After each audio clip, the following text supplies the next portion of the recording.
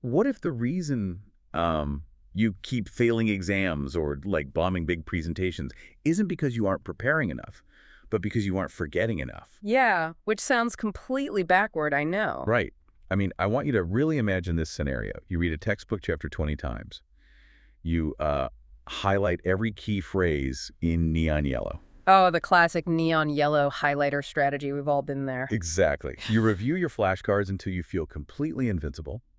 Then you walk into the exam room, sit down, look at the first question, and your mind just goes totally blank. It is the absolute worst feeling. And meanwhile, the person sitting next to you barely skimmed the material over the weekend, and they walk out with an A+. If you ever felt that, soul-crushing frustration of putting in the massive hours but not seeing the results, you are definitely not alone. You're really not. It's an incredibly universal experience. I mean, we have this, well, society has this deeply ingrained assumption that learning is a linear equation, right? Like time spent equals knowledge gained. Exactly. We believe that the sheer volume of time spent staring at a page directly equals the amount of knowledge acquired. But cognitive science has proven over the last few decades that those two things are rarely related. Wow. Yeah, in fact, most of what we instinctively do to study is biologically counterproductive. And that is exactly the mission of our deep dive today. We are unpacking the actual science of learning, primarily focusing on Benedict Carey's incredible book, How We Learn. Such a great book. It really is. It's called The Surprising Truth About When, Where, and Why It Happens. And we're also supplementing that with some heavy-hitting cognitive psychology research from experts like Robert and Elizabeth Bjork. The absolute pioneers in this field. Right. So our goal today is to completely dismantle those traditional, painful, and honestly inefficient study methods you were taught in middle school. We need to replace them. Yes, replace them with techniques that are scientifically proven to work with your brain rather than against it. We are really going to look under the hood today.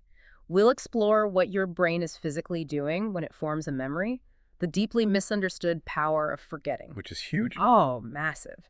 And we'll get into why the way you take tests is likely sabotaging your long-term retention and how to harness your subconscious to solve, dynamic, complex problems. Okay, let's jump right into the deep end. Huh? Because before we can change how you study for your next coding interview or marketing pitch, we have to understand what your brain is physically doing with new information. Right. And that brings us to what has to be the most vilified concept in the entire realm of education, which is forgetting. We treat forgetting like a disease. We really do. But to understand why forgetting is actually your friend, you have to look at the biology of memory formation. Okay, break that down for us. So you have roughly 100 billion neurons in the gray matter of your brain. When you experience something new, say you're learning the syntax of a new programming language, those neurons are stimulated and they form networks called synapses. Now, initially, most of these conscious here-and-now memories are processed by a part of the brain called the hippocampus. So if we use a computer analogy, the hippocampus is like the temporary RAM, right? It's handling what's happening right now, but it's not meant for permanent storage. That is a perfect way to think about it. It's just the RAM.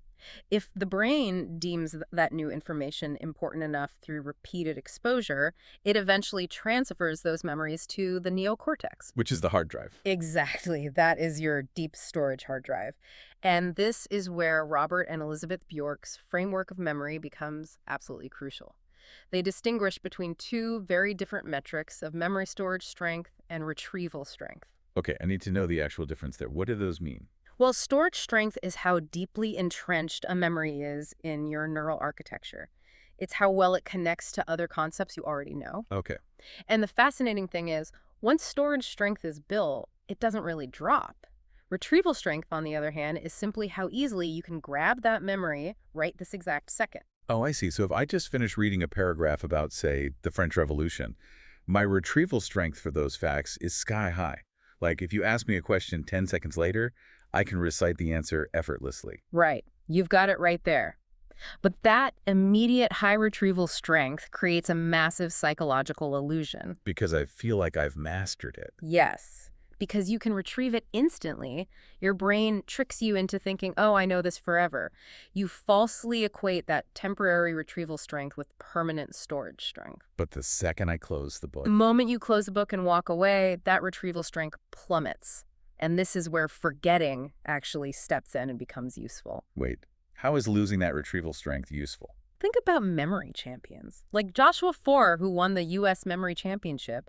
They don't just have a larger capacity to remember things, they actually have a highly tuned biological spam filter. A spam filter. Yeah, they are incredibly efficient at forgetting the static. I love this concept. I always think of memory as a muscle. If I go to the gym and lift heavy weights, I'm physically breaking the muscle down. Mm. So does forgetting mean I'm letting my cognitive muscle atrophy, or is it more like the essential rest day between workouts where the actual biological growth happens? Oh, it is absolutely the rest day. Forgetting acts as a background noise blocker. It actively filters out all the distracting. That makes a lot of sense. William James, one of the founders of psychology, he actually noted that the sharpness of what we remember depends entirely on the strength of our brain's ability to forget the irrelevant. Wow. When you let time pass and you naturally forget a piece of information, you force your brain to work much harder to retrieve it the next time you sit down to study. So it's that physical friction, like the mental strain of trying to remember something you've partially forgotten, that actually thickens the neural pathway. Exactly. Using your memory physically changes your memory. And always for the better. That breakdown, that struggle, drives your ultimate storage strength much higher than it was originally. This means we have to completely drop the limiting belief that forgetting something means your brain is failing or, you aren't smart enough. Right, it's not a failure at all. Forgetting is a necessary mechanical breakdown that enables deep learning. So if you want a practical takeaway here for your own life, allow a few days to pass so you actually forget information before you try to relearn it. Yes, put some space in there. It begs a really tough, reflective question, honestly. Are you constantly cramming just to avoid the temporary emotional discomfort of forgetting? That's a great question to ask yourself. And because forgetting is a required step to build storage strength, almost everything we have been taught about when and where we study is completely backwards. Oh, really? Yeah, we are fighting our brain's natural rhythms on a daily basis. Hold on. I remember every teacher I ever had telling me to find one quiet, dedicated study desk, keep it totally free of distractions, and build a rigid daily routine. Why is that bad advice? It's bad advice because it ignores context-dependent learning. Your brain doesn't just absorb the words on a screen or a page, it absorbs the entire environment around you. Like the room itself. Yes. There was a landmark experiment in 1985 by a psychologist named Stephen M. Smith. He had students study a 40-word list. One group studied in total library-like silence. Okay. Another group studied while listening to jazz, specifically Mel Jackson. And a third group studied while listening to Mozart. Oh, I feel like there's a whole cottage industry built on playing Mozart to babies to make them geniuses. Yeah. Let me guess, the Mozart group blew everyone away. Well, not inherently. The genius of the study was in the testing phase 2 days later. The students who studied to Mozart remembered twice as many words only when they were tested with Mozart playing in the background compared to being tested in silence. Wait, really? The music was acting as a memory prompt. Yeah. Exactly. The learning had literally attached itself to the environmental cue of the music. Oh, wow. It's like Marcel Proust taking a bite of a Madeleine cookie and suddenly remembering the entirety of his childhood. Yes. The ultimate environmental cue. So if I only ever study my pitch deck at my perfectly quiet, dedicated desk in my home office, my knowledge is biologically tethered to that specific desk. Yes. And when you walk into a bright, noisy, intimidating boardroom to actually give that pitch, your brain panics because all of those environmental cues are missing. The desk isn't there, the lighting is different. Exactly. And the retrieval strength drops to 0.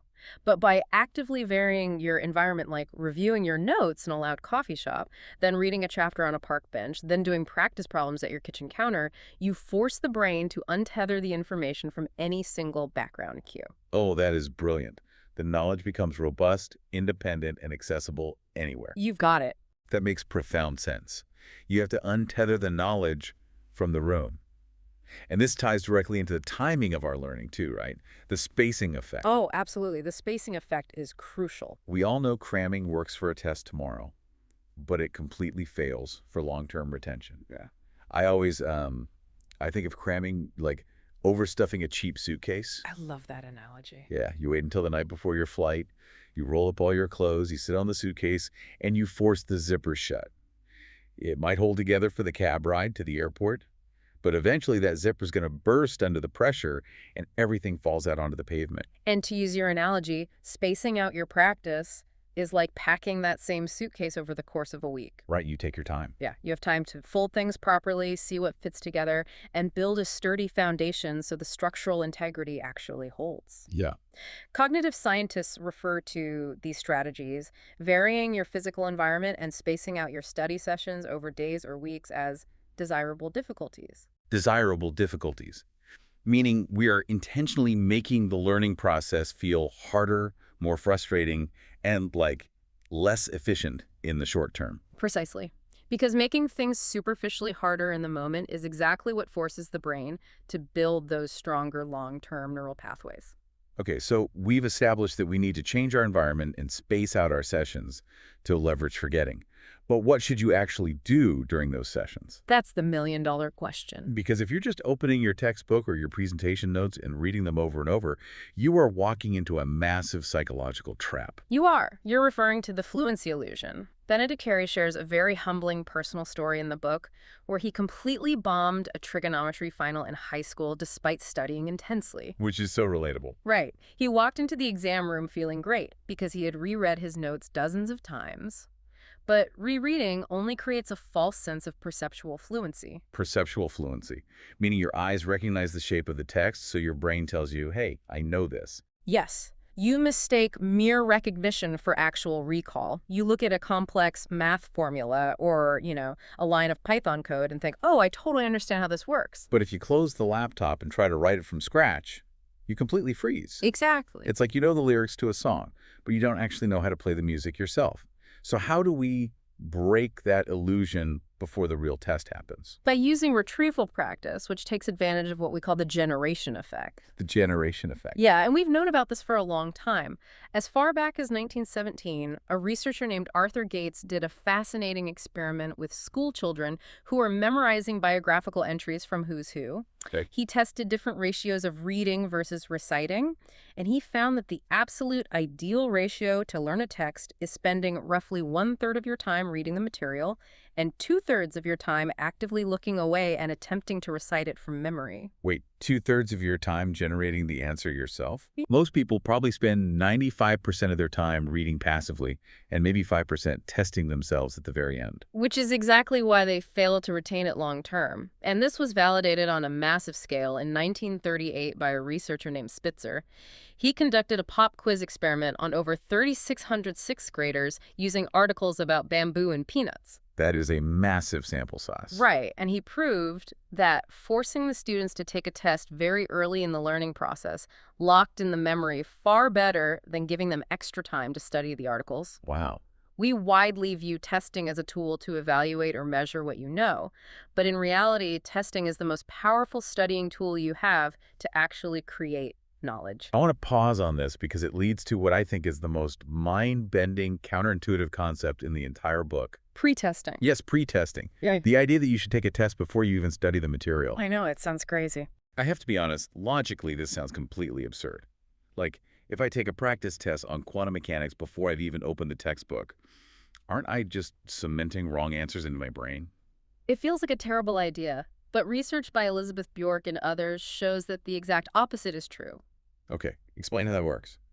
Imagine I ask you to guess the capital of Lesotho before you've ever looked at a map of African geography. You take a wild guess, and you are wrong. Right. Naturally. But when I immediately give you the correct answer, Masaru, that initial unsuccessful retrieval attempt has fundamentally primed your brain. It physically alters how you process information moving forward. Oh, it's like you've opened a mental file folder labeled Capital of Lesotho, and now your brain's reticular activating system is aggressively scanning the environment for the specific piece of paper that belongs inside it.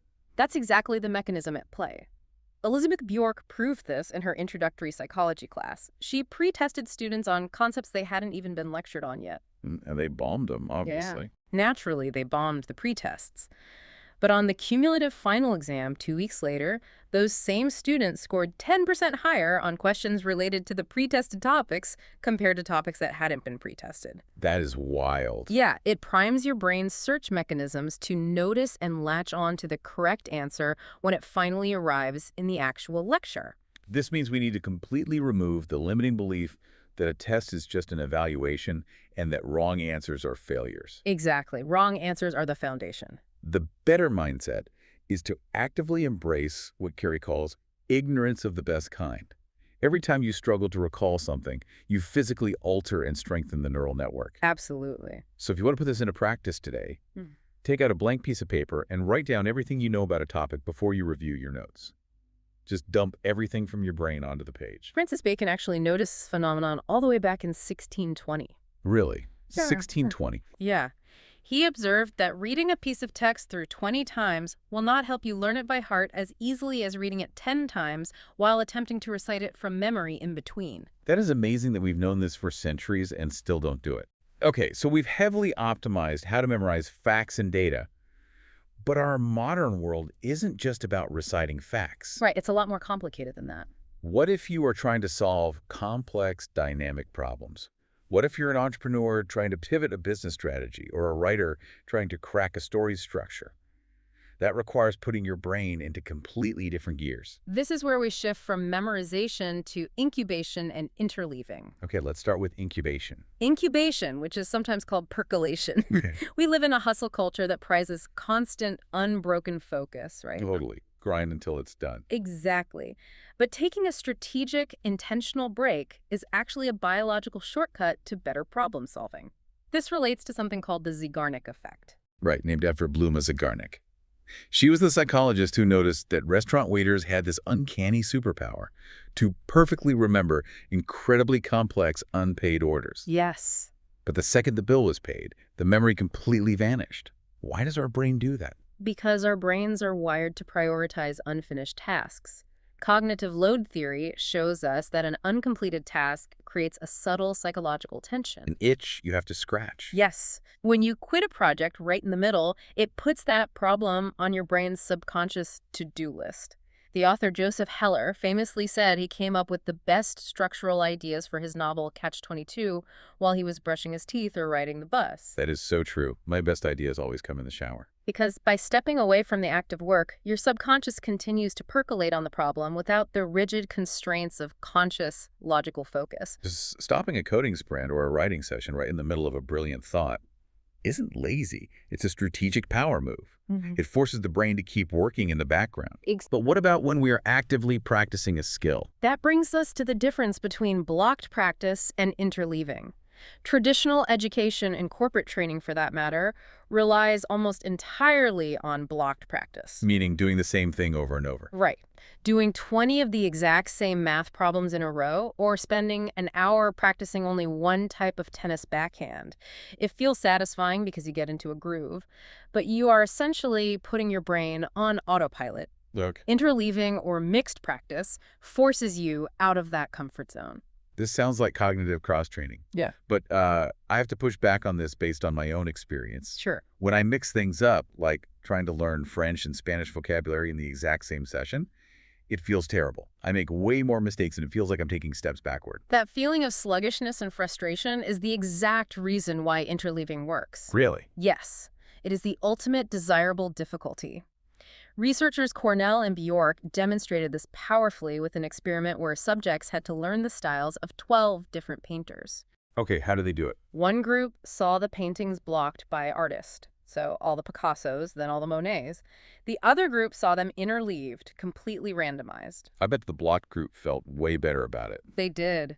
When surveyed, the blocked group felt vastly more confident that they had learned the material. But on the actual test, the interleaved group destroyed them. Because blocking helps you see the similarities, but interleaving forces you to identify the differences. You have to constantly ask your brain, wait, which framework am I supposed to apply to this specific problem? Exactly. The brain has to actively load and unload different strategies. Another study on math formulas showed a massive 63% retention rate for mixed practice versus only a 20% retention rate for blocked practice a week later. That's a huge difference. 63 versus 20? It really is, and it applies to physical and motor skills, too. There was an experiment with 8 and 12-year-olds throwing beanbags. Oh, I think I read about this. Yeah, it showed that the kids who practiced throwing at various mixed distances, sometimes closer, sometimes farther away, were ultimately much more accurate at a fixed distance than the kids who only ever practiced at that exact fixed distance. Wow. So interleaving is essentially preparing the brain for the unexpected. Precisely. You have to remove the rigid idea that you must master one single topic or skill perfectly before moving on to the next. The better mindset is to trust the background processing of your mind. Struggling through mixed topics is the literal feeling of learning happening. And if we pull all the way back to the bigger picture, everything we've discussed is about aggressively filtering out the noise to find the core signal, Right. which leads perfectly into our final biological filters, perceptual discrimination and sleep. Yes. Let's explore the ultimate passive filters. How we see the world while we are awake, and what happens when we finally shut our eyes. Break down perceptual discrimination for me. The best way to visualize perceptual discrimination is to think of an elite quarterback, like Tom Brady, standing in the pocket. To a novice, an NFL field looks like pure, terrifying chaos. Just huge guys running everywhere. Exactly. But for a high-level performer, the game seems to slow down. They aren't trying to consciously react to every single movement of all 22 players. But is that just what we call intuition? Like a gut feeling developed over time? It feels like a mystical sixth sense, but as the pioneer psychologist Eleanor Gibson explained, it's actually a highly tuned, self-regulated biological filtering system. Yeah. Through thousands of hours of varied exposure and making mistakes, the brain trains its perception to actively filter out irrelevant noise. The quarterback only sees the critical perceptual signatures, the angle of a safety's hips, or the specific footwork of a wide receiver. Oh, I see. They aren't just passively seeing the field, they are actively searching for signals. So in your own career, whether you are analyzing financial markets or editing a podcast, you need to step back and ask yourself, what is the sheer noise I am staring at?